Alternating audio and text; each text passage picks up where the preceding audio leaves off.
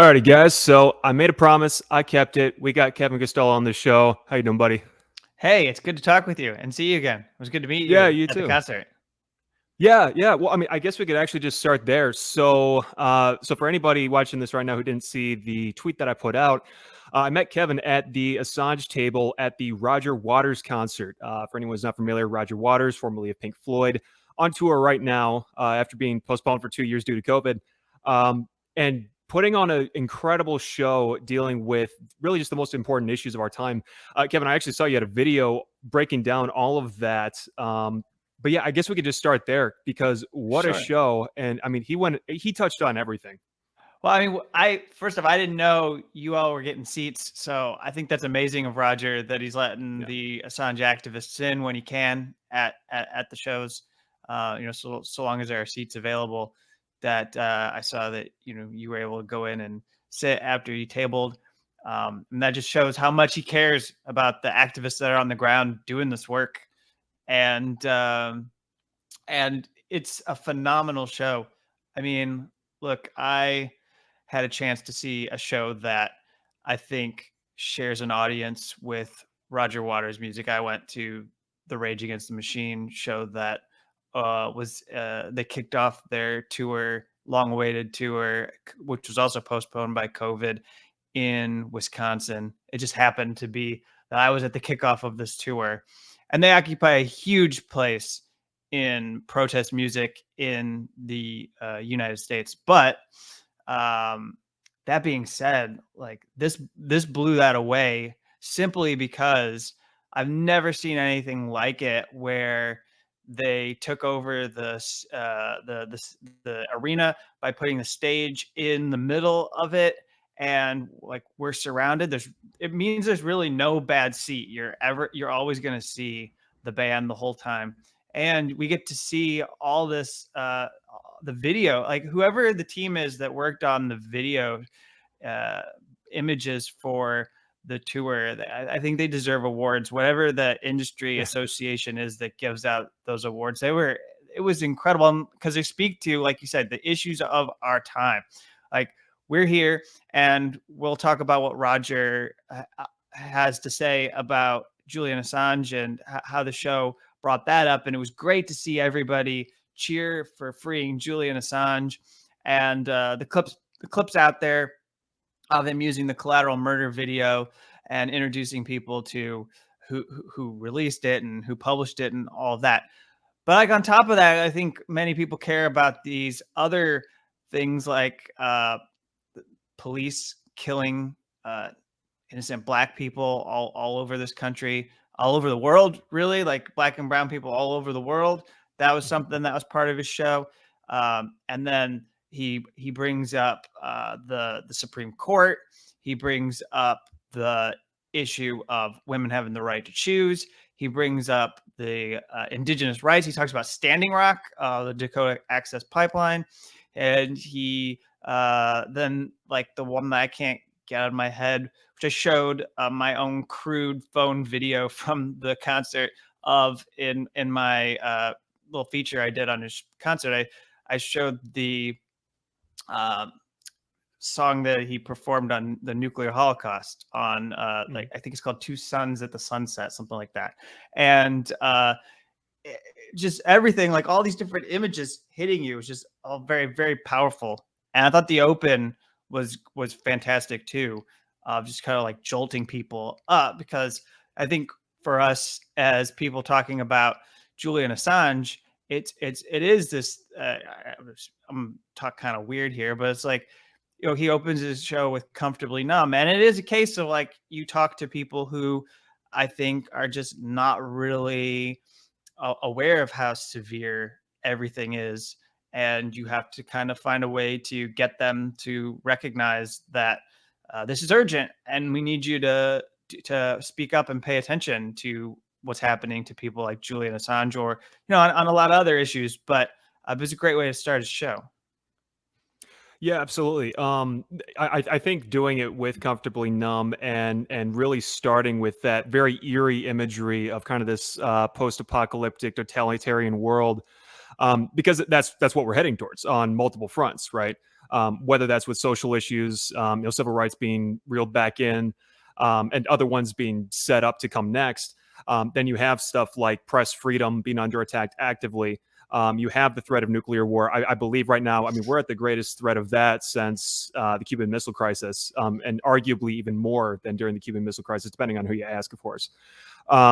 But yeah, no, setting it up that way. I also loved at the start of his show. I'm paraphrasing here, but he had his whole little memo on, if you're showing up here and you don't want to hear about Roger Waters' music, you can fuck off, because we're going to talk about that here. And that set it up perfectly. But yeah, no, with Julian Assange, I guess one thing I wanted to ask you, because you are a anti-war journalist, you are a anti-establishment journalist on a lot of different fronts. I guess for me personally, Julian Assange and everything he represents and the aftermath of what his conviction would look like, it's a terrifying thing. I'm curious, with you as a professional journalist, how do you see that as an important issue to your own life then, and your livelihood and being able to speak the truth to power? So it's a threat for all journalists, but undoubtedly, I have to recognize that Julian Assange occupied a space where, because he spoke out on war, because he spoke out on the role of the United States in the world, because he wasn't supportive of everything that was going on in the Iraq War or the Afghanistan War, because he published this material that the Pentagon didn't want published from Chelsea Manning, because he published all the documents from the US State Department that showed and revealed how we conduct diplomacy, whether it's strong arming other leaders of countries in the world to get them to do our bidding, selling the products of corporations, selling weapons to countries on behalf of military companies. So he exposed all of that, and that means that there's this idea that he no longer is a journalist because he engaged in advocacy. So that should make him an activist, and that's been the way that people in media tend to think. They're like, "Oh, you're no longer a journalist when you have views about how the world should be." Especially if you're opposed to the U.S. government. Like if you're pro-U.S. government, you can have any amount of views, and if you endorse like the different projects that the United States has, whether it's the agenda towards Russia or the agenda toward China, or the way that they want to handle Latin America, or what their policy would be with Europe, you can sign on to that and be a supporter and try to make it work. But once you start to become critical, then you're an activist, and they act like you gave up your right to be a journalist. So that's what happened to Julian Assange. And so, considering that, I've had to deal with that in my professional career before. Not so much. I mean, I think I've been able to gain some respect with the way that I do cover Julian Assange's case. And I also had some of this notoriety when I covered Chelsea Manning's court martial in the early 2010s, 10 years ago. And that earned me some respect, but I am outspoken. So then a lot of those in the mass media might question maybe I'm more of an activist than a journalist. And I'm using so many words to get to my point, which is that Julian Assange, people question whether he's a journalist. I could be questioned whether I'm a journalist. And then that's just the beginning of opening me up to a potential attack from the US government with this kind of an Espionage Act prosecution. Because if I ever received documents from a whistleblower, and if I ever did that kind of journalism and published what I received, assuming that I, had set it up so that I could safely receive those documents, which I don't right now. But if I did have a submission system like WikiLeaks, then I would bet that I would be an easy target of the Justice Department. And that's because of what they've done right now by bringing this case against Julian Assange. So that's the danger. The precedent that has been set is that a journalist like Julian Assange can be targeted. That means other independent journalists who are outspoken can be targeted. People who have expressed words and thoughts and said things against war. And then It doesn't stop there, though. That's what's important for everyone. As much as we get angry and loathe and hate many different people within the U.S. establishment media who are on, any of the cable news networks or whatever, they're the people who Roger Waters is calling out in his shows. No matter what we think about them, the U.S. Justice Department may not necessarily spare them. They might find themselves involved in working on some story that a future president of the United States says, well, I don't like him or I don't like her. I need to stop her from publishing stories about me. So we're going to indict them. Yeah, and what's actually interesting about that, as far as different presidents and how they approach these different things, I think what's interesting is Joe Biden and the Democratic Party in general spent the entirety of Trump's presidency talking about his attacks on free press and screaming about how we're losing free press, we're doing this, we're doing that. Now that the Democrats are in office, you don't hear anything about that anymore. You don't hear about how Joe Biden is continuing what is a Trump policy to go after Assange, right? Even Obama wouldn't touch it. But this is very much a Trump policy. His head of the CIA, Mike Pompeo, his DOJ, they were the ones who started the persecution. And so for them to continue that under Biden and then the new DOJ head, Merrick Garland, just shows that everything they were talking about with free press, they don't actually believe in. I actually just, before this, we just got back to hear the peace action in Milwaukee, just got back from the offices of Gwen Moore and Ron Johnson, calling them out for exactly that. Because, on the Gwen Moore side, she's a Democrat, and she was talking about free press, and now she has nothing to say. On the Ron Johnson side, he and the rest of the Republican Party are branding themselves as free speech warriors. We're here to save your First Amendment, from big tech, which valid point, absolutely. But then, when it comes to things like Julian Assange or whistleblowers or anything to oppose the military-industrial complex, they have absolutely nothing to say about it. Which kind of just leads to the point that I would say, which is if you want to talk about free speech or if you want to talk about free press and you aren't actively defending Julian Assange, you're deeply unserious about free speech and free press. It just doesn't add up. The other thing, too, with the precedent with Julian Assange, because I think a lot of people don't understand this, and this shows up in conversations, because people will say stuff like, Julian Assange is a traitor. And it's like, well, to what country? And they kind of blank. It's like, he's Australian, bro. Like, this is not even an American citizen. So what we're doing is we are criminalizing international journalists for publishing true verified information about the United States, right? And the equivalent here is if, let's say, our journalists exposed, we'll use the example, we'll say like Russian war crimes in Ukraine or any other country, right? Or maybe, Saudi Arabia or any other actor on the world stage does something that goes against the Geneva Convention or whatever, and our journalists expose it, do they then have to get extradited to those countries to stand a politically motivated trial? Because it's not different that just because we're the ones doing it. But I think people give it a pass when we do these types of things because we've kind of established this perceived idea that the U.S. has some moral standing to be the arbiter of justice across the world, which, of course, if you look at our track record, could not be further from the truth. But yeah, no, with Julian Assange's conviction, with you talking about doing whistleblowers, publishing their leaks, in a post-Julian Assange conviction world, stuff like Glenn Greenwald publishing the NSA wiretapping by Edward Snowden, who's right behind you there, that wouldn't happen. Or if it did happen, Glenn Greenwald would go to jail. Things like the Pentagon Papers, Daniel Ellsberg, that would never happen, right? So it's so important because if we want to have any semblance of free press going forward from this, Assange can't be convicted. We already ranked 22nd globally in press freedom. I don't know what this would put us at afterwards, after convicting Julian Assange, but at that point, free speech would just be something we say and not a right that we actually have.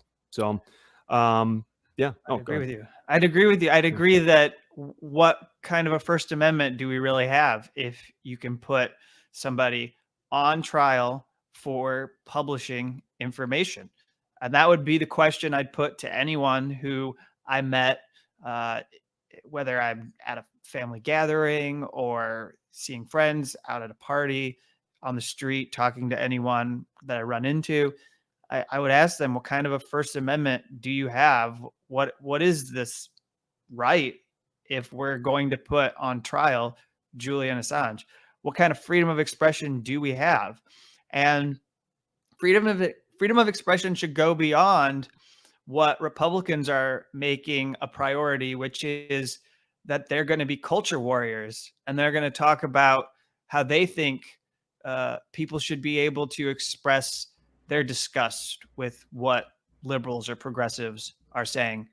Okay, fine. If you don't want to progress and allow humanity to get better, that's fine with me. You can express it. But I don't think that that's the only speech that is to be defended. And we should Right. be open to all kinds of freedoms that are necessary to ensuring that we can challenge those who are in power. Because if we give those up, then I think, and I would think that people on the right would actually understand this right now with Joe Biden in office. Uh, People who have a fresh memory, and I think they still do, of Donald Trump. I don't think you have to really tell this to those who are Democrats. So I think we should all understand that we need to have this ability. And it's also unique. I mean, I talk about this when following the extradition proceedings in the UK, that we have a First Amendment.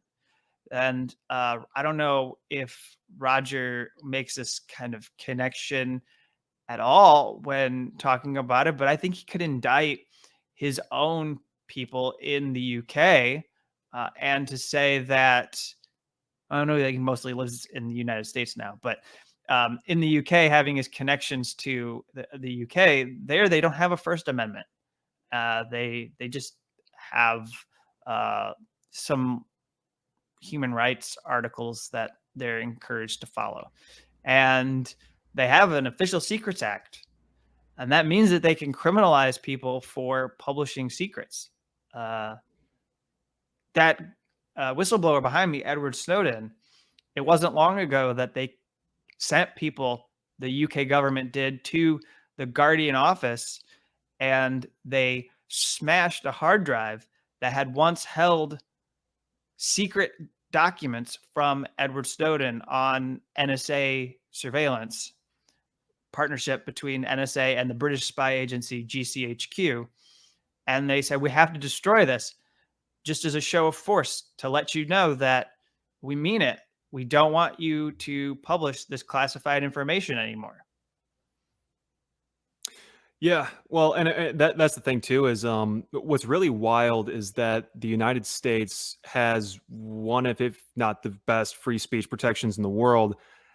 But here we are still, right? And it's still getting whittled away day by day, especially in the cases of like whistleblowers and whatnot. What I think is really interesting. So we have free speech, probably the best protections in the world, just for like interpersonal communication, like an offline face-to-face discussion. You can say whatever you want, barring basically like threats of violence, right?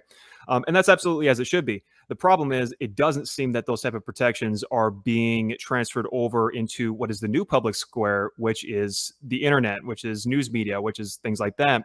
And so censorship is rampant and active government persecution is also rampant. So it's kind of this two-headed thing that I see is, you have the government directly persecuting people like Julian Assange, like Edward Snowden, et cetera.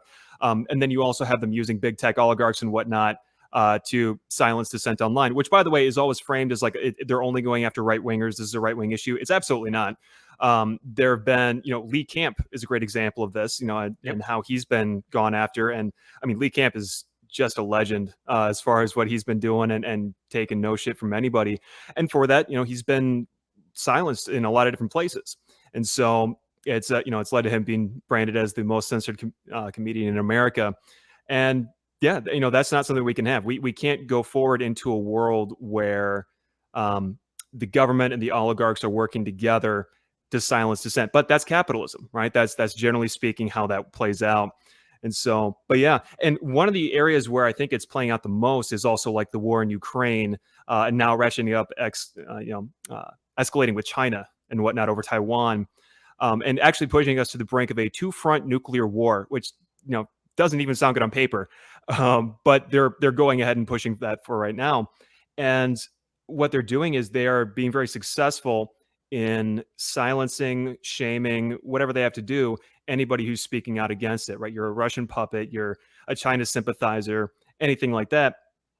And that's where it gets really scary, right? Because it's obvious, we didn't learn anything from Iraq, we didn't learn anything from Afghanistan or Syria, and here we are again at this point where everyone is pretty much on board. Even like in like the peace movement, we've been having like a large split in that, where people who got every single other war right are now looking at something like Ukraine, and because of the propaganda machine and the silencing of dissenting voices, are actually on board with sending amounts of money to Ukraine for weapons that actually are bordering on, eclipsing the military budget of Russia, in order to have what is explicitly admitted by Nancy Pelosi, Antony Blinken, and others as a proxy war on that continent. Then you have Joe Biden coming out and saying, Putin can't remain in power, kind of hinting at the idea that we're doing this for regime change. But we're being fed this idea that this war is different than every other U.S. war for the last 75 years. And we're being told this by the people who lied about every war for the last 75 years. And people aren't making that connection because the government propaganda machine has done a very, very good job of silencing dissent. And they're only getting better at it from what I see. That's exactly right. And people should recognize that whatever you think of these other countries, I wish the people who we do have, because we have a very small anti-war movement in the US, much smaller, I think, compared to European countries and other parts of the world. We need to grow the anti-war movement, but that can only happen by people being clear that, one, they're not going to wait for people who are progressives in Congress to lead them and let them know that it's okay to oppose the wars. We have to be out in front of it before them. And then actually that's going to give them the space to challenge the military industrial complex, because that's how it works. That's how movements work. Movements push back, and then you see people who are elected go, oh, okay, people are against this, so now I'm willing to do it. And it's unfortunate that courage doesn't come before that, but for the most part, you look at civil rights movements, the movement for rights among the LGBTQ community, and you look at environmental movements, you look at women's rights movements, it's those people, they lead and then people follow with legislation and actions and all sorts of things. It's just the way that organizing works. And so they should recognize that we're destabilizing the world hugely with this war. So no matter about what you think of the governments of Russia, the government in Russia, or the government of China, you have to see what's happening over the last 3 or 4 months and how food prices are skyrocketing. The European Union doesn't have energy to do everything that they want to fuel all of the things that they have to put their energy into, and so that should just make you recognize that you have to pull back from all of this, and we need to find a way to get to a negotiated settlement so that there can be peace. And if none of that really matters to you, then you should think about the nuclear holocaust angle of all of this and what could happen. And that was what Roger was talking about when we were at the concert, because I believe you read an article that week that had quoted a UK advisor who was speaking out about how communication channels are not good right now between Western countries and Russia. And so all it takes is a simple misunderstanding, and then something gets fired. And then let's say the US responds to Russia, or vice versa, or Russia responds to the US firing something. And then we start a tit for tat, and before you know it escalates, and then I guess a nuke could be set off. And by that point, we're on our way towards dealing with nuclear fallout, which nobody wants to have to deal with. But there's also the fact that as this continues with the conflict in Ukraine, Ukraine uses a lot of nuclear energy. So there are these reactors that people have been warning about over the entire course of the war that we have to be really careful, because there's shelling happening around these nuclear reactors that Ukraine uses to get their energy. So it's in everybody's interest to stop this, because the whole world's going to be affected if there's nuclear fallout. And I don't see that. I don't see an anti-war movement here in the US that's willing to step up and just be clear that no matter what you believe about Russia and no matter what you think about how the US should support Ukrainians, that we can't keep fighting this because it's risking the entire world. Like the security of people who need to eat food, not go hungry, who need to have energy so that they can have homes that are heated or air conditioned or whatever. And because like in Spain, to do their cutbacks of energy, they're now regulating, which I think they actually should from a climate change standpoint, but they're actually going to say that there's only so high you can turn up your air conditioner, or there's only so high you can turn up your heat, because we need to ration the amount of gas that we use since Russia has cut us off. And so, or also we're trying to go to alternatives. So this is just not the world. This is not the way that we should be. I mean, again, I'll keep going back to Roger because I think it's really like useful, and also that's how I met you. I mean, is this the life we really want? Is the question that Roger asks, and I just think that like, yeah, okay, ask yourself like, is this, whether you think Russia deserves to be fought or not, is any of this working out for us? And I don't think any of it is working out for us. No, and just circling back around to the threat of nuclear war, which of course Roger was talking about in his concert. But what's I wish I was more surprised by our media, but this is where you have. I think I saw you reposted this. I believe it was the Washington Post talking about we might actually be able to take China and Russia at the same time. That was you, right? Yeah. Yes. This is why you have stuff like how to survive a nuclear blast PSAs in New York City. What kind of a world does any of this seem like a good idea? Like, is nobody thinking about let's de-escalate? And I think where we're at too, if you look at like the Senate, for instance, they just voted to add Finland and Sweden into NATO. It was like the vote was, I believe, 94-1, and then one abstainer, which was Rand Paul. Which awesome, thanks, brave vote. But the thing is, yeah, on the one thing, because here's the thing, just to backtrack a little bit for anybody who's listening who might not be familiar, the number one demand of Russia before all this kicked off was that no more expanding NATO, which, by the way, was predicted by Noam Chomsky and a bunch of other experts for years and years and years, was going to be a catalyst for conflict. They were right. And as per usual, the U.S. government didn't listen because we're more interested in geopolitical influence and et cetera, right? It's just the classic same old with us. Yep. But now we're here adding two more countries right on Russia's doorstep to NATO, and the only person who voted against it is Josh Hawley. So I credit where it's due, I guess. Finally got a good vote out of him. But the fact that we don't have a single one of these supposed progressives in Congress, or leftists or democratic socialists, or however they identify themselves now, not a single one of them voted against that. Not a single one of them voted against the $40 billion Ukraine weapons supplemental, which, to be fair, again, not the entire package was weapons, but the majority of it was. Not a single one of them voted against that. It's astonishing. To your point that we don't have an anti-war movement in the United States, we definitely don't want to have one in our government. That doesn't exist. Right. There are no Mike Gravels, right? Even Ron Paul, for, in my opinion, bad on economics, but as far as issues of imperialism, one of the best we've ever had, at least in my lifetime. That's not the case anymore, because he's gone, and Rand Paul is clearly inferior in that regard. And so he's just at not that point, consistent. He's very inconsistent. Right. Yeah, and that's kind of where we're left with, is everybody in power is very much on the same page of driving us toward that cliff of nuclear war, and no one's taking their foot off the gas. Absolutely no one is doing it. They just approved a even bigger military budget, which was even more than Biden asked for. I mean, how pro-war do you have to be? How much of a warmonger do you have to be to give Joe Biden more than he asked for in terms of weapons for the military? Now, of course, it hasn't been approved in the Senate. It hasn't been completed yet, but we're looking at what will probably end up being a $830 or 40-something billion budget.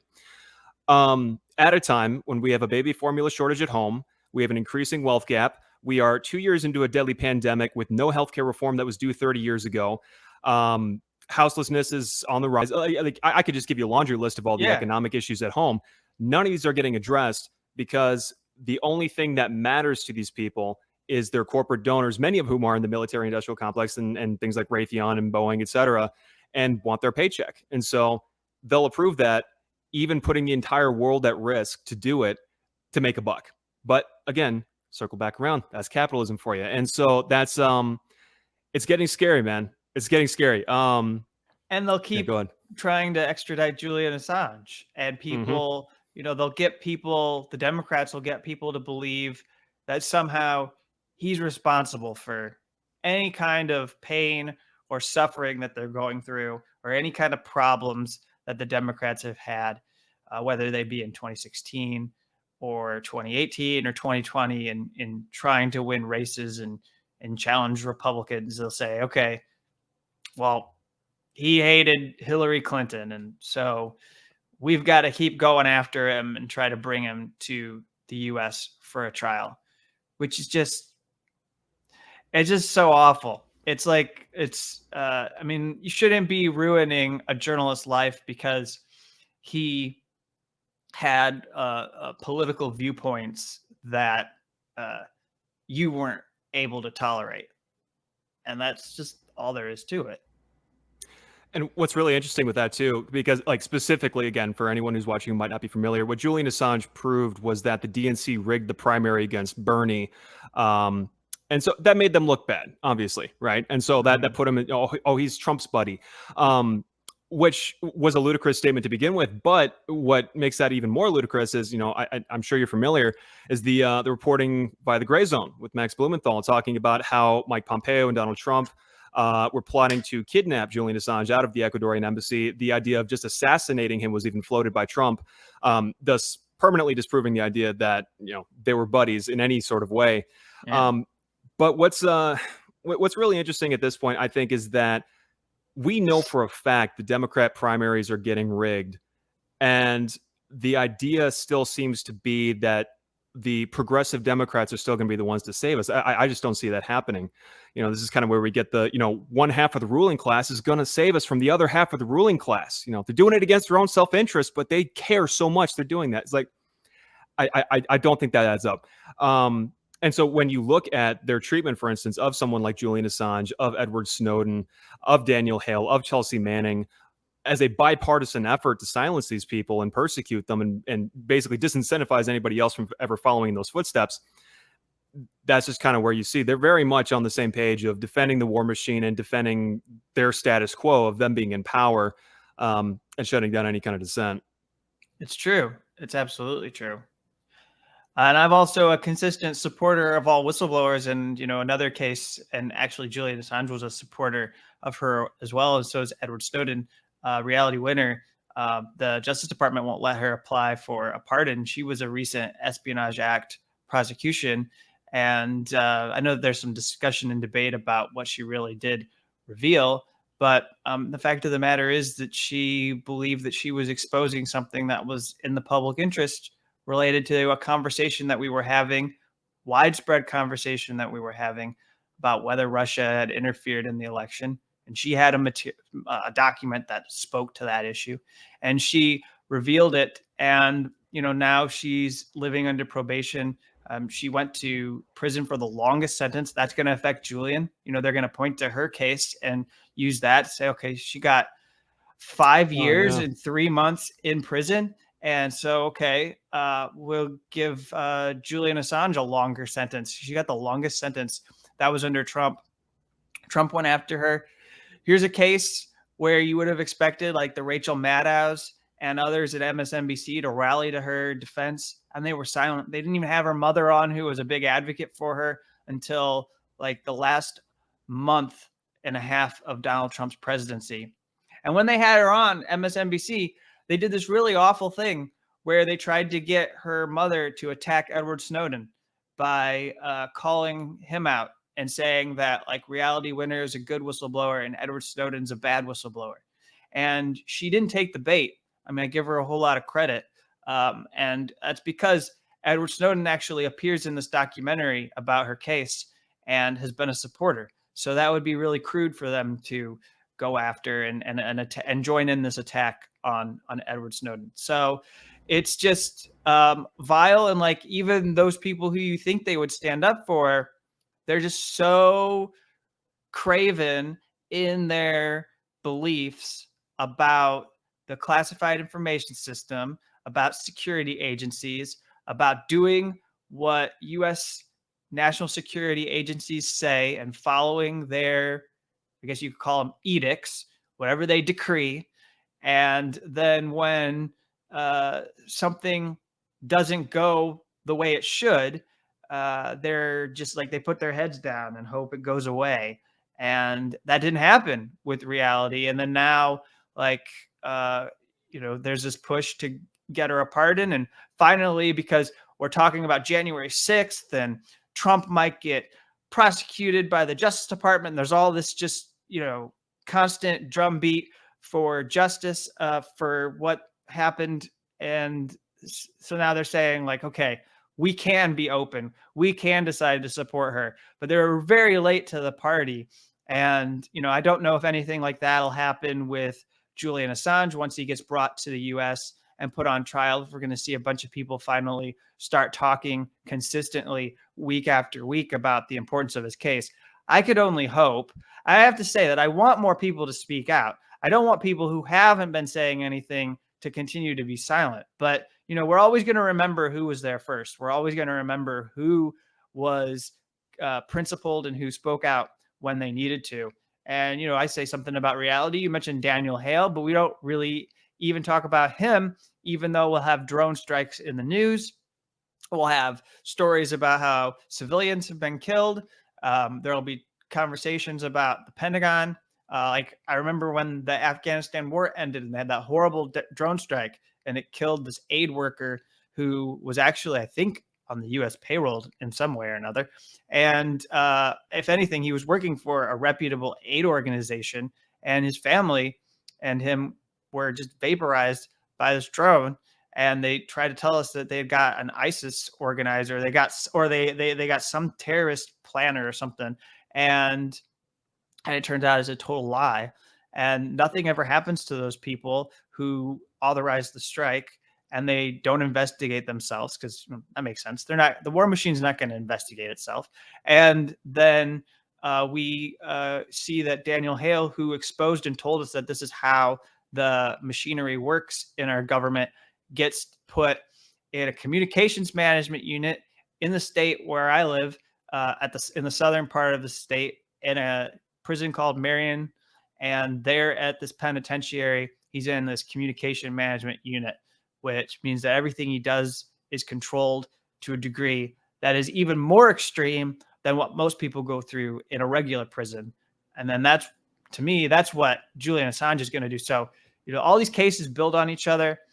Then that's what they have ready and available to deploy against the next person that they target. And so Julian Assange, they're ready for him. And if he makes it here to the U.S., this is why people have to organize and act, because when he makes it to the U.S., they're going to have so many tools available in order to make sure that they get the conviction that they want.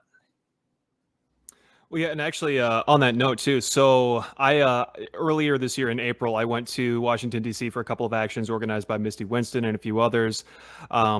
At the DOJ, at the UK embassy, and all that for Assange.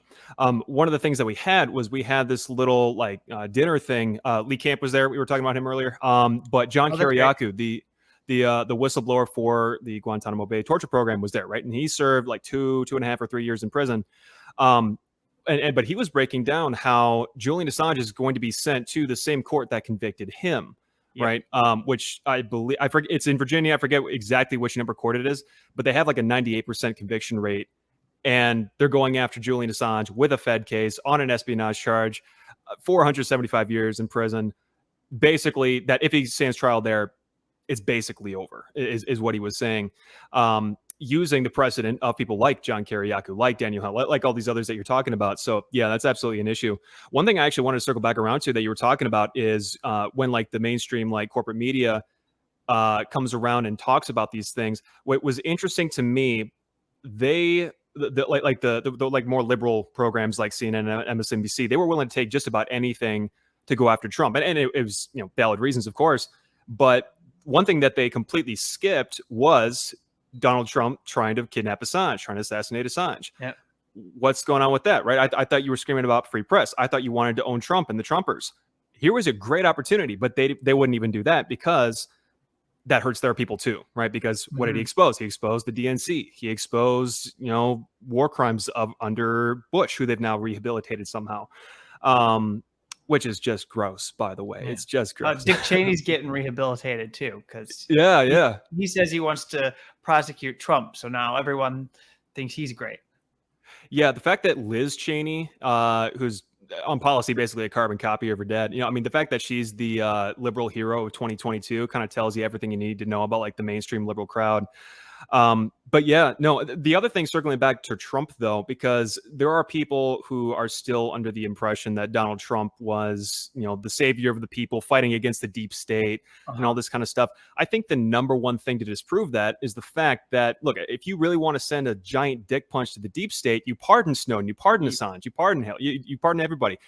Not only did he not do that, he actually talked about killing Assange, right? So I think that should just put that myth to rest once and for all. But unfortunately, there are still people who will, maybe they don't believe that story, right? Gray zone. I don't trust Gray Zone. I don't trust Amazon News or whoever else is publishing it. It's like, okay, but which administration started the persecution of Assange? Donald Trump. That was under his administration, right? So period. He's the one who started the persecution. So you can't say that he was the free speech protector or anything like that. So I just wanted to hit on that real quick because, that's a conversation that still pops up sometimes. And I think it's important to hit on, especially as we are starting to circle back around into election season. But I think that's a good thing to point out. And all people have to do is look at what happened when he started talking about pardoning Snowden or Assange. And there was a week where it looked like that could happen. And then it got shut down. They threatened him. The senators, GOP senators, threatened him and said, well, you have an impeachment vote coming. So if you pardon, this is actually, you can go, this is in this. So I know that these right wingers won't believe CNN. That's like the original home of fake news in their minds. But it's like the biggest center of fake news in their heads. But they did a story about how Mitch McConnell, I think Marco Rubio was the one of that would make sense because he's a big imperialist, and he and a couple others were just like, if this happens, well, then we would have to vote for impeachment. And so he backed away and did not grant those pardons. So, I don't know how much he really cares about Assange. I don't know how much he wanted to kill him or how much he was really in on what the CIA was trying to do. I do know that we have the Gray Zones reporting. We have the Yahoo News report. There's still a lot to actually confirm and report. And it would be great if we had journalists with access who did more to uncover details in this story. Unfortunately, I'm not one of those people who have the sources to do that kind of a report. And I think there's a limitation to even what the Gray Zone can do because they were using documents that they got from the Spanish lawyers that are representing Assange in the criminal case in Spain, which nobody talks about, but it's an important case where they're challenging the way that he was targeted in the Ecuador embassy, along with journalists and visitors that came to see him in the embassy. His family were basically terrorized by the security contracting company UC Global. So yeah, like there's just a lot that people should recognize related to all of that.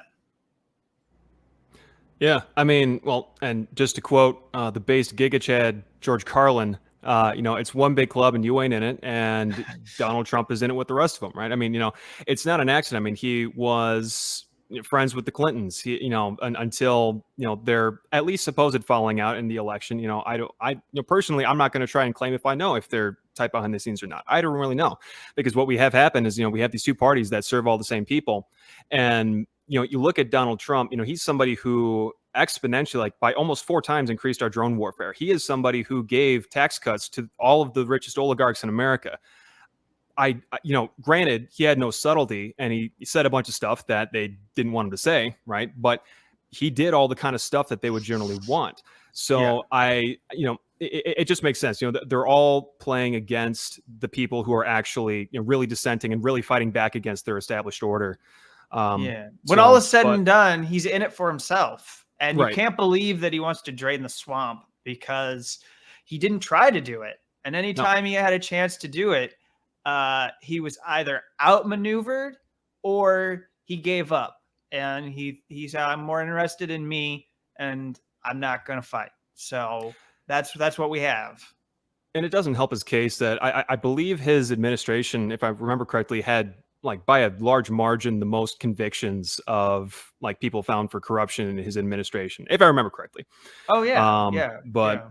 so yeah, I mean, the idea that he was not also pretty swampy himself, it just doesn't add up. And so, the idea that he was the anti-war president, I don't think adds up either, right? I mean, Mhm. he basically kind of shuffled troop numbers around the Middle East so he could say, hey, look, I pulled this many troops out of Iraq, but now they're here in Afghanistan. What really was the kicker for me was when he created the Space Force. And do you know where their first deployment was? The Middle Or- East. Yeah. Shocker. The Space Force, they're not even supposed to be, here. But that's what happened, right? So, and he increased the military budget, et cetera, et cetera, et cetera. I mean, it's very much what you would expect from a Republican, essentially. And so that's what he gave us, But so one thing though, kind of tying into that, because Donald Trump had promised, and one of his big campaign promises was he was going to stack the Supreme Court so that he was able to get an overturn of Roe v. Wade. Ultimately, even after his presidency, successful in that maneuver. That's something I've seen you talk quite a bit about, which I really like. So one thing I've noticed that I have kind of a critique of a lot of the online, like, anti-war left, is that people seem to think that they can only choose, like, foreign policy issues to focus on, or economic issues to focus on, or civil rights issues to focus on, and they kind of gloss past the other stuff. But I think you have a really good blend of that, and so that I really appreciate that about your content. And so I've seen you talk a lot about the basically the new fight for reproductive justice. I guess one thing that I saw that I just want to get a little bit of clarification on. You were talking about how Planned Parenthood has basically very much not been helping out with this at all, and kind of caving to the pressure. I was wondering if you could just kind of expand on that a little bit. Yeah. So, what you saw is I talk a lot about carceral issues, or I guess mass incarceration. Mhm. At my website, shadowproof.com, I do a lot of coverage of whistleblowers through my newsletter that we run from the media organization. Now, my colleague, his name is Brian, and we also have collaborated and worked on stuff on prisons and policing. And so I consider all of this. And I think when I view this issue of reproductive justice right now, I'm thinking about the criminalization that's happening right before our eyes, where laws are being proposed that are going to go after people who are pregnant, and to stop them from being able to travel to clinics in order to get the healthcare that they need, which is this is healthcare. And they're not all just going to end their pregnancy. I mean, it wouldn't matter if they were, but I just think we should be clear about the different reasons why people would go. It's not always because, they just don't want to have a baby. Could be that there's something wrong with it as well. And now they don't have a place that they can go to in order to terminate that pregnancy, because what happened with the Supreme Court takes that access to healthcare away with these bans, these laws. I mean, it was a good development this past week, what we saw in Kansas, where they shot down and said that we're not going to support effectively a constitutional amendment that would ban abortion. But to your question about Planned Parenthood, I was looking at a story that unfolded in Montana. And I don't know where it is currently. It's probably worth it for me to revisit and see what has developed since then. But some weeks ago, right after this decision from the Supreme Court, you saw that there were states that immediately had bans go into effect. But Montana actually put this right to reproductive health care in their constitution. And they may change that, but for now, it was there. And uh, they were looking at the fact that people were going to travel to their state from places that have bans, and so it's illegal. And they didn't want them to take abortion pills, the medication, and then go back and do the second dose in those states where it is criminalized. And so they said, we're not going to treat those patients. If you cross our border and you come to us, to our clinics, we're not going to help out-of-state patients. And they basically caved to what these right-wing fanatics are doing in these governments. And instead of saying, okay, let's let people who are patients make their own choices, take on the risks that they want to take. Maybe they could advise them that they have to take their second dose in the state of Montana and not return home. Or anyways, maybe they want to just go home and take that on and see what happens. Like, I dare you as a state official to come after me and try to punish me for taking the second pill. And perhaps someone is going to have to go through that so they can fight it out in the courts and figure out what happens, because who knows what a court is going to say. We're in an uncharted territory when it comes to a lot of this that was not thought through. Basically, they just undid what was settled law. And we knew it was coming. It had been something that was a steady fight by these Christian fascists, as I think they should be called, for the last 50 years. And they looked weak along the way. I think if you asked me 12, 15 years ago if we were going to be here, I would probably have laughed that they would have the critical mass or that they would get the appointments to the Supreme Court that were needed in order for this to happen. But it happened. And so, but now we have all these laws that are being proposed. We have all these things that these governments are proposing to do. And all of those are going to be hit with lawsuits. That's the response. There are going to be all these civil liberties groups, these reproductive healthcare rights groups, etc., women's rights groups that are going to go to court and defend these people. And then we're going to learn what you can and can't do in a post-Roe United States. And I think, it doesn't get any better when in these states that are red, or I guess if you want to call them purple, because maybe your politics is a blend of liberal and strident conservatism. It doesn't get any better if you fold before the fight has even been had. You have to show up and defend those people. And I criticize Planned Parenthood for being too concerned about their liability to actually be on the front lines of this struggle. And so I think, I have this shirt that I bought from a great organizer who put together a fundraising store for abortion access funds. Her name is Miriam Kaba. It's just some incredible work on policing in prisons. And she put this together and was raising money for health centers. And then now it still exists. It's on Bonfire. You can get these shirts. And so anyways, I had these shirts that I've been wearing, and it just woke me up to a lot of really important issues, and to where I also was able to recognize that these abortion access funds are the groups and organizations that need support, not Planned Parenthood. Don't give to them or any other organization that is on par with them, like maybe like a national, like now the National Organization for Women. Like, these groups that are aligned with the Democratic Party are the reason we're here where we are. I mean, my biggest message in all of this has been to communicate to people that the Democratic Party utterly failed you. And that is why Roe v. Wade was overturned, is because they never took steps to codify and protect this right that everyone should have. And so I care about civil liberties. I care about civil rights. I care about human rights. And they never took any steps to make sure that this was set in stone in federal law. And there are states that didn't take steps. Michigan has its own problem. There's apparently an abortion ban on their books from like the 1930s, and in one of the counties, I think, or one of the counties like got a judge to rule that this like very antiquated ban that has not been removed, that they could choose to try and enforce it if they want. So you see this patchwork throughout the country of places where they didn't stand up for this right. Because I think that like people thought that they didn't have to do anything. We had this like false sense of security given this precedent from 1973. And so I'll wrap up my response to you. But just this idea that we were going to keep raising money for Democrats. They were going to be elected. They're going to go into office. They're going to stop this from happening.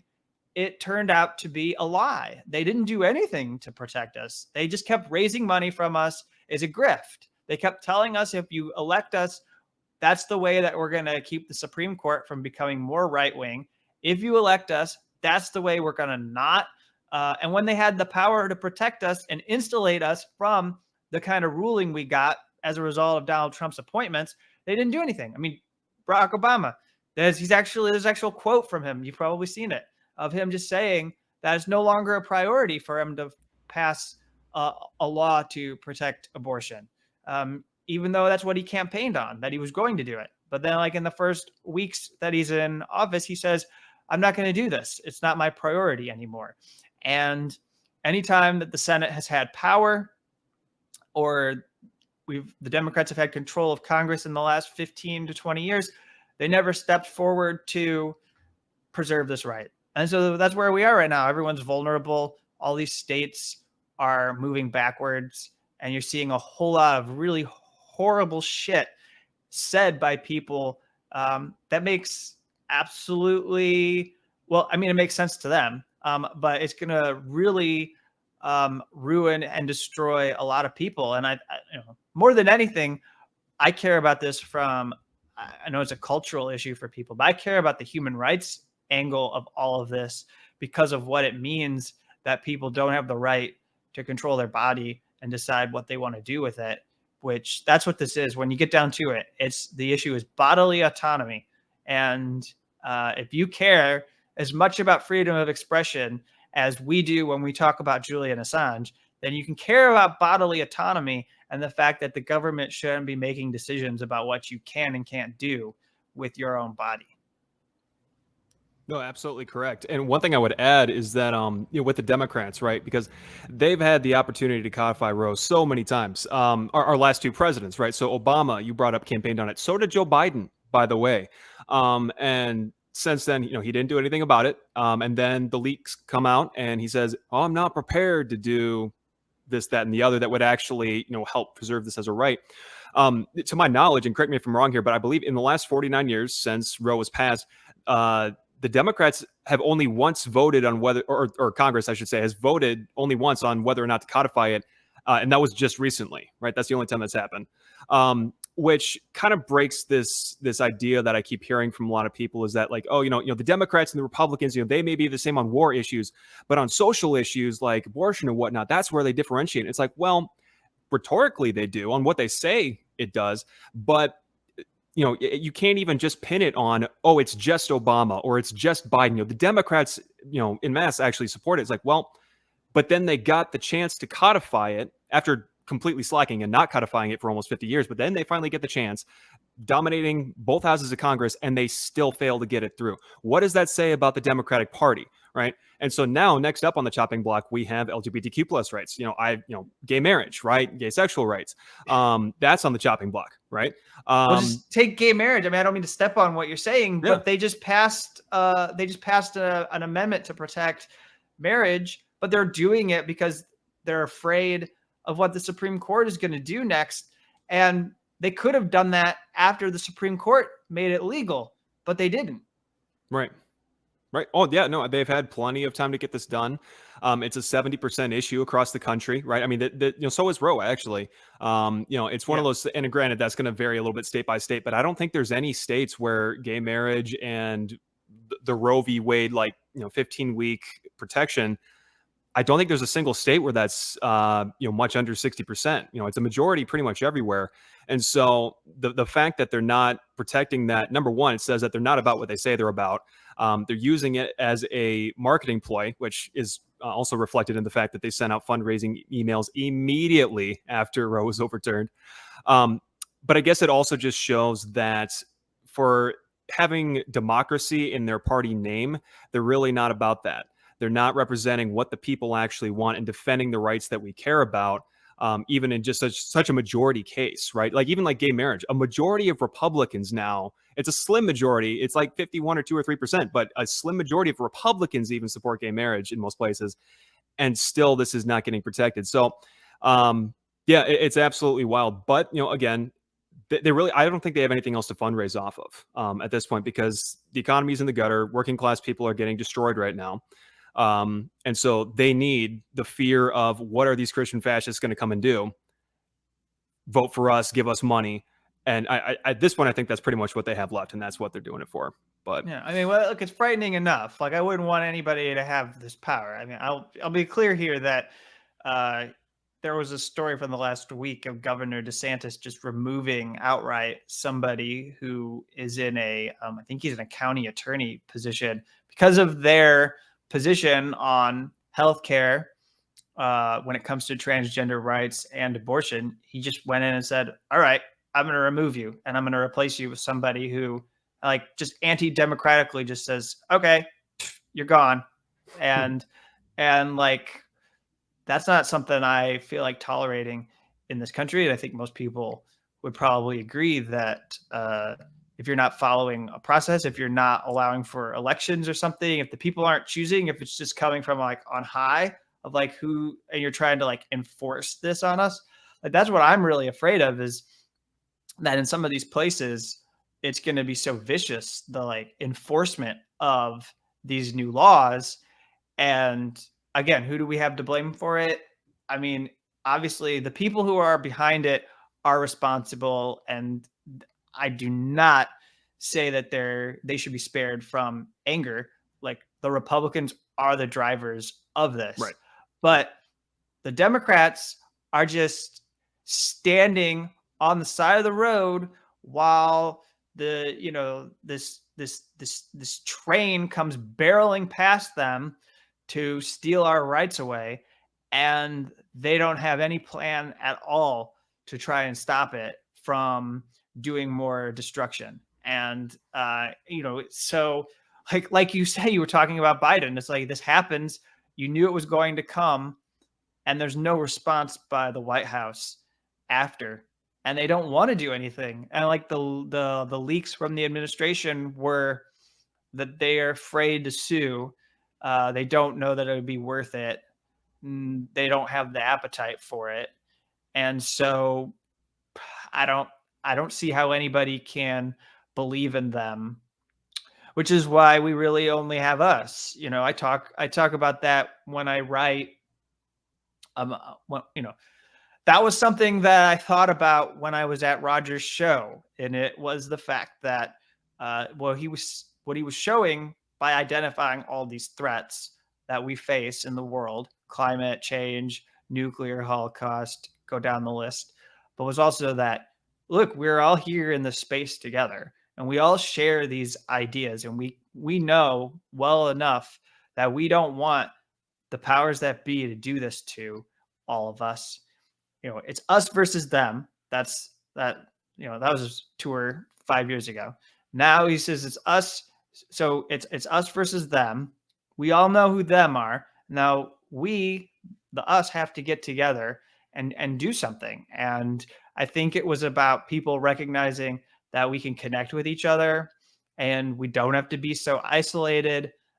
There are ways that we can work to unravel what is happening. It's hard work. This isn't easy stuff. These are really difficult battles, but we don't really have a choice. That's why this is not a drill. Like, you don't really have a choice anymore. You could sit on the sidelines, but you're just resigning yourself to a fate that involves death, basically. And that's not an exaggeration.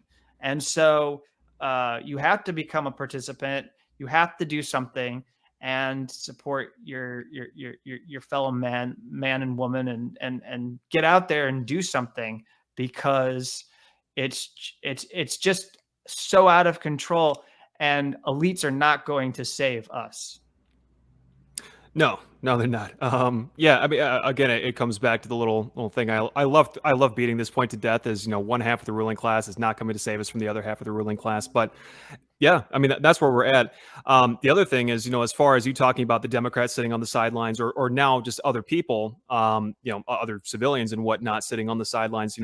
I'm paraphrasing, but what's the Churchill quote? It's the only thing necessary for evil to triumph is good men to do nothing. That's Churchill, right? Yeah, something like that. Yeah. But yeah, I mean that's where we're at, right? The just the apathy of the populace in general is why all these things are able to continue, be it international imperialism or persecution of whistleblowers who expose the international imperialism and the crimes of it, be it civil rights getting rolled back in the United States, all that kind of stuff. The only reason that that's able to continue is because so many people are allowing it to, right? I guess that actually brings us to a really good closing point because it sounds like, we're pretty much on the same page. I mean, the Republicans lost cause, the Democrats complicit in helping everything along just through, whether it's through inaction or actively helping them. It just kind of depends on the situation. What is the solution in your opinion? Is it via electoral politics? Is it via organizing outside the system? Is it a hybrid? What are you thinking? I mean, I've gone through the evolution. Everyone goes through a political awakening, and I don't think that anyone should slow down or speed up what they're learning. And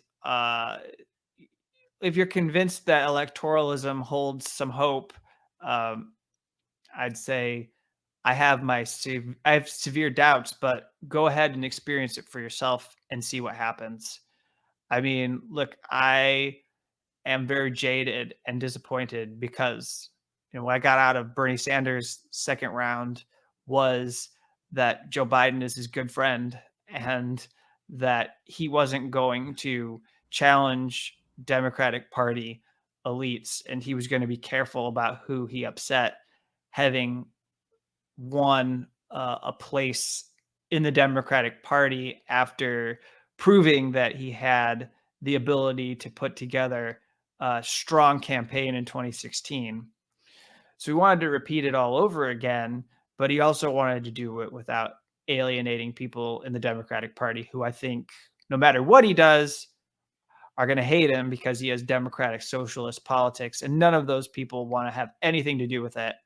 I mean, he talks about socialism and capitalism, and those just aren't things that anyone in the Democratic Party wants to seriously talk about at all. They don't even want to use those words.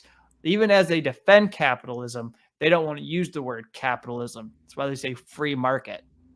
So I was upset about that, but I never really was into the Obama administration from the very beginning.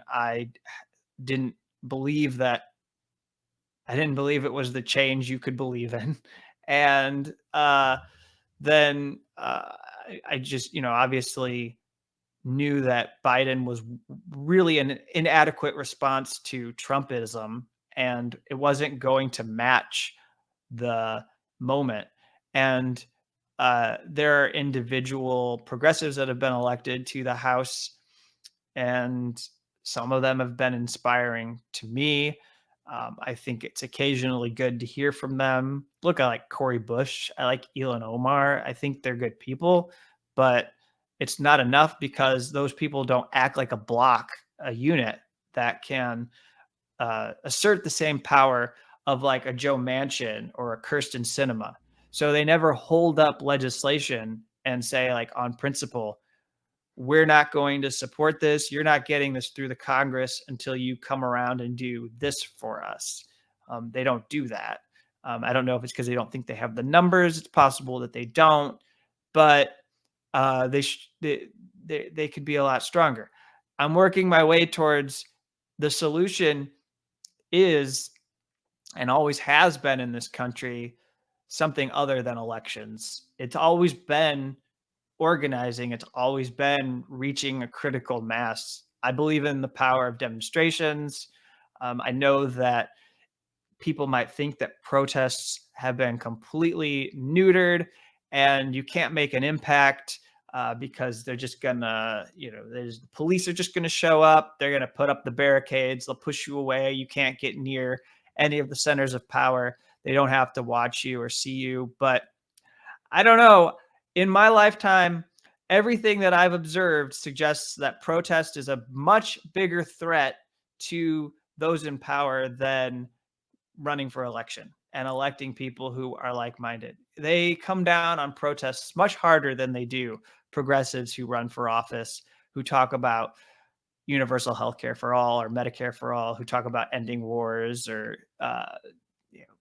shifting funding from the Pentagon to fund basic human needs, things of that nature.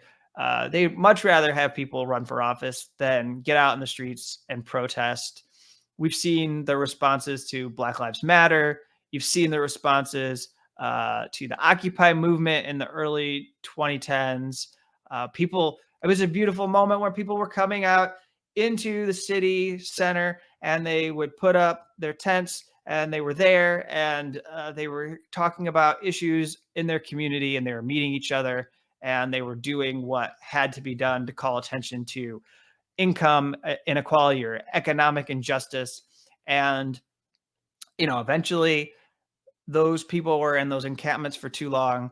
The mayors around the country had to order sweeps and get the police in there, and they wiped everybody away because it was just it was a bad thing for them to constantly see reflected in those encampments all the failures of government. And so I just think that it's those kind of things that we have to see more of. We have to see organizing. We need to support these grassroots groups. And we have to keep pushing the boundaries of what we think is possible, the kind of world that we can build. Because what we have right now is, I think, a guarantee that we're going to bring about our own collective annihilation. The way that we are going forward, I don't think it's an exaggeration to say that this is not sustainable. So you have to consider something else. And it doesn't have to just be I'm not just talking about this in terms of climate, but every little thing that we do is going to make our existential crises worse. So we ought to take this opportunity, if we're going to address the climate, if we're going to move away from nuclear weapons and not put us on a path of being against powers that have nukes, which I think we absolutely should do. But we should also consider like having less prisons, defunding police. We should think of all of those issues as well. And then, of course, since that's how we started, we need to support truth tellers. We need to be aware that there's going to be people inside of our government that are going to come forward. They won't play by the rules.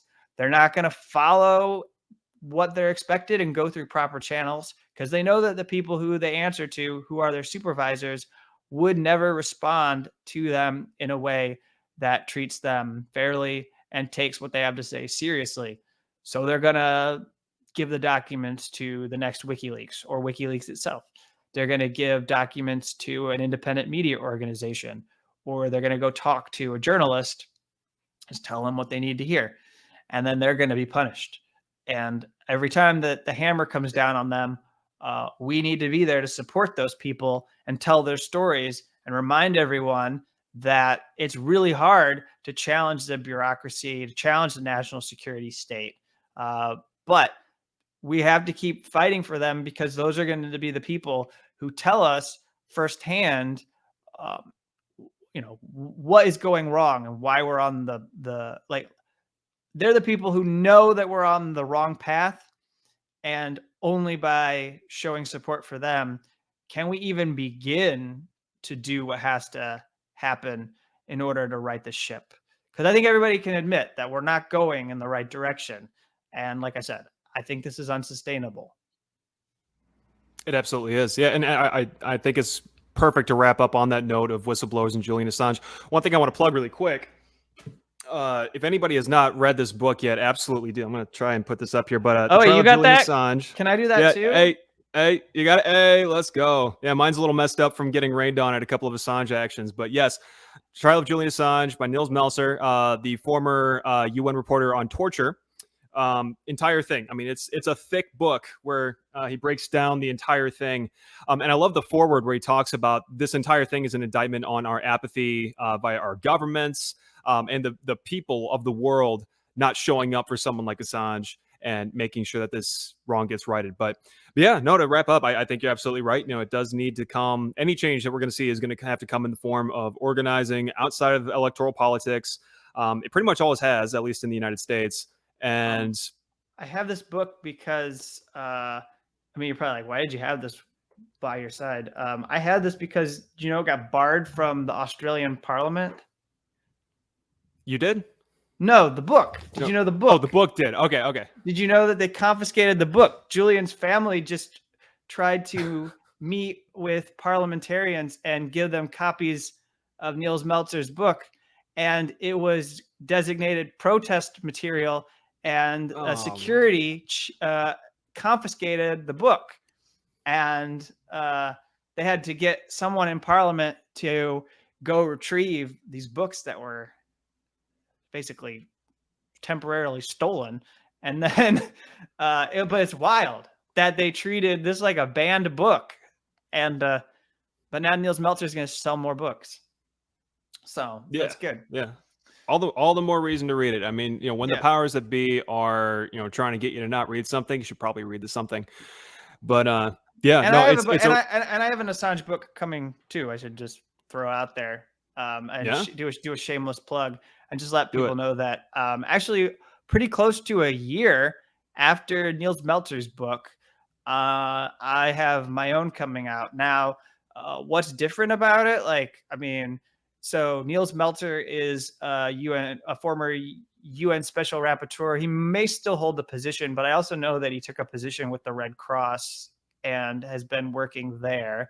So he was able to do an investigation, and because he's the UN special rapporteur on torture, he could get the different governments to respond to his inquiries about how Julian Assange was being treated by their government.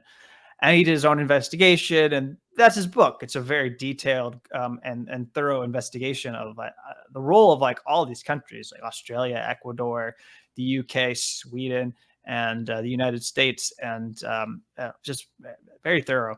And so that's the human rights law investigation that shines a light on so much that people need to know. And then from my point of view as a journalist, I put together this book with the perspective of what the impact is going to be on journalism, and digging through media coverage of the last decade plus, and going through the US government's case and picking it apart based on certain details. And I have a firsthand knowledge of Chelsea Manning's court-martial. So it's very clear to me that whatever we see at the US trial, it's going to mirror or be very similar to that court-martial, because he's essentially accused of being a co-conspirator of Chelsea Manning's leak. So they're going to bring the same kind of case against him. Anyways, I go through all of that in this book, and it's February 2023 that it'll be available. And the book is called Guilty of Journalism: The Political Case Against Julian Assange. That is a perfect title, actually. Yeah, really sums up what it's about. So yeah, no, absolutely. I didn't know that. I'm very excited now for that book. So we'll have to check that out. But cool. Yeah. Perfect stopping point. We covered everything I wanted to go over. So thank you so much again for coming on. I really appreciate it. Where can everybody find your various shows that you're doing right now? Because I know you got a couple things you're doing. Well, I'll just send people to a central location. So you can go to thedissenter.org. That's THE dissenter.org. And, there I have the free newsletter. That's also where I do the podcast with Ron Ukalik, Unauthorized Disclosure.